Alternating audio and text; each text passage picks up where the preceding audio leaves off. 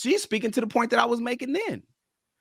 She was saying that men should be ready to always elevate, move, and do things. I'm simply saying, look, we were second to the last demographic, black men, because I'm specifically trying to help black men. We were second to the last in 2020 and 2021. Now we're last. Hispanics have passed us up last year. So black men, we are at the bottom of the list in terms of economic power. We were just second to last for so many years. The Hispanics was at the bottom. Now they didn't pass us by. And I'm simply saying, fellas, can we not look like we're doing better, like Sweeney, like Marcus is saying, but can we do better? And why would we advocate for average? That's what it feels like I'm hearing. And I think that's where the source of my frustration with what I'm hearing from us on this panel, from y'all on this panel, is: are we advocating for? And you guys you clean it up at the end saying, yeah, but I want men to do the best. Well, okay, then you got to talk like the majority of your message should be pushing men to do better. So in regards to her dating, the majority of my message is you should not be dating a woman like that. You should not be dating a woman with an ideology like that. You need to be great. That's what I'm trying to, like, the more important, because if you do great and you're dating a woman like that, you know what happens? Giant Henryism. It's never enough. It's always something extra that you have to do, and you will end up working yourself to death, because the more money you make, the more fancier and better ways she will find out to spend it. Plus, she is not dating you because she wants to be with you. I know people don't believe that women love you, but it's women that love men in this world. And those women will pitch in 50-50. They'll do a lot. So yeah, I'm trying to keep those women from dating men who are on a path to do better, because I want to see these families stay together. And from my observation, the women who have that mindset, like Nelson said, they're not married. They're just not divorced yet. That mindset is a just not divorced yet mindset. I can't understand. And it's clear as day. Why Marcus, I thought they don't give a damn about us. That's what I was told. They don't give a shit about us. You didn't hear me say that. They don't give a shit about us.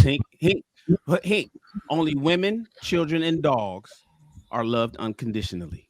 God damn. A man is only loved under the condition that he provides something. This is wild.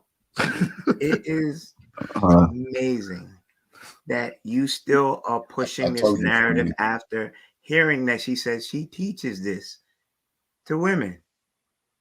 And those two birds, and I'm going to say what I said, they're cackling alongside this woman espousing these cancerous thoughts. It's valid. Men are supposed to strive. Not everyone's going to be a millionaire, but it's something to aspire for those certain people. Certain people just want to live a comfortable life so they don't have to be recluse because of their money. So not everyone is wanting to be a millionaire, but you want to be in a position where you're living among your means and you don't have bills. That's good enough for some people, just being able to put a plate of food on the table and go where they want to go when they can. But this woman is actively talking out of two sides of her face. She's hitting you with some good points, but then going back to her natural state of being superficial. And she has these two birds cackling. And she actually says she teaches this, which goes back to my beginning point about her being cancerous. She's not teaching you how to find somebody who's for you. She's teaching you how to find someone she can get something from. That will use you. Exactly. Do y'all know how much it costs to raise a family of four in this country for the average American?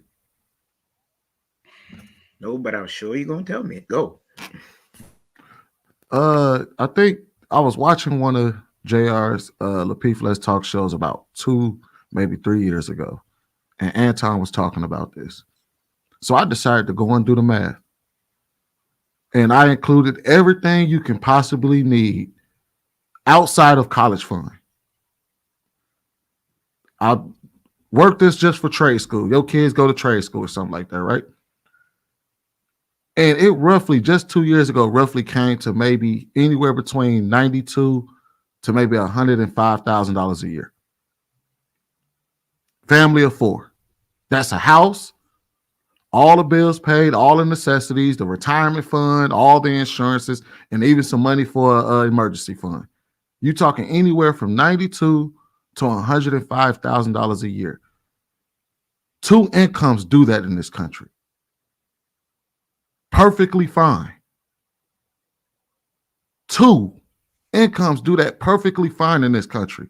So when I hear somebody say, why shouldn't rich be necessary? Why isn't rich necessary? Because it's not.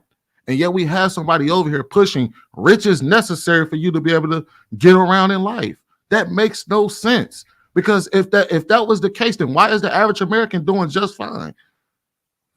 The average white family, and I ain't even talking about black. I get it. I get what Shannon is talking about. You think the average American is doing just fine today? Yes. You think I cut them every single day. Yes, I cut them every single day. I've gone to their houses. I've seen their kids. They're doing just fine. The political landscape of today. Under your definition, you put an average black average American income, male income with the average female income. You're getting anywhere from 95 to over 105,000 a year. That's 2 average people coming together and raising a family of 4. That is more than enough to raise a family of 4. And we're sitting over here telling people that you need to go out there and you have to own a single income, make $100 and some $1,000 a year. Even though I just put the numbers in the chat, the average man starts out at about $30,000 a year and he tops out at 60 at retirement. And that's regardless of the job. That's regardless of the job. We're talking about regular people who work the real jobs in this country. Your electricians, your plumbers, your maintenance men, your construction workers. These are the men that's keeping this country going. And we're looking at them and saying, you're not enough. What you doing ain't enough, bro. And it's a farce to think that everyone is going to make it to the top 1%, top 5% even, top 10% even. Let's just use those numbers. Listen, right. The average hold on, y'all. Hold that thought real quick. Let me go ahead and get Luis in there. Let me get it cut out. Go ahead, Luis. Yeah. This whole money talk, you know what I'm saying, has like really put a lot of people in the chokehold. And I think that there was a moment in the conversation this evening that I felt like the main underlying premise or thesis of this all isn't so much about the money.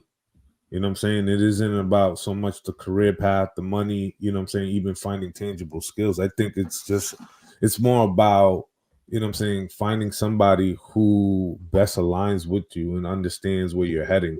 You know what I'm saying? I think at one point, you know what I'm saying? I think at one point we started to kind of focus on, you know what I'm saying, her message to men in particular, right? Like there's a bar. There's certain women are going to present to certain men.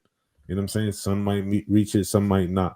You know what I'm saying? But I mean, I think it's incumbent on you to kind of move around and kind of find the woman that best receives you. You know what I'm saying? I think we were just a little bit too stuck on the money component as opposed to the message. So I think that kind of going back what Shane said, you know what I'm saying? Like you gotta level up. You know what I'm saying? Mediocrity is not really something to be promoted, you know? So that's all I got.